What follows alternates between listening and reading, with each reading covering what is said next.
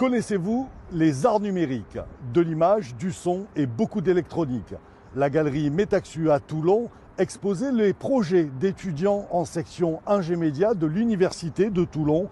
Des expériences sensorielles uniques et un vrai questionnement sur notre manière de vivre dans le monde. Romain Fiorucci et Franck Fauja. Une machine à écrire reliée à une caméra selfie. Plus on tape, plus notre reflet se dégrade.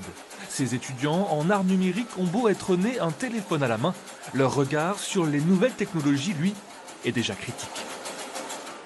On est sur la frénésie de la frappe, c'est-à-dire une accumulation de logos et une saturation de son au fur et à mesure qu'on tape et de plus en plus rapidement.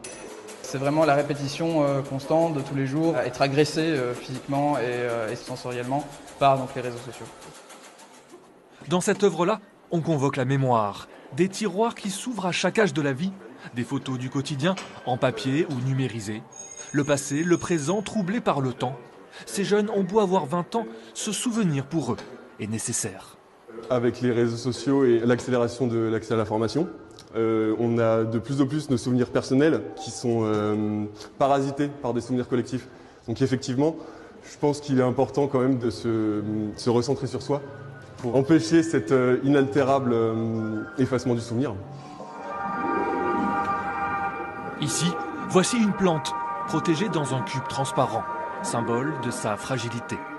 On peut s'en approcher, mais pas la toucher, comme un dernier vestige de la nature.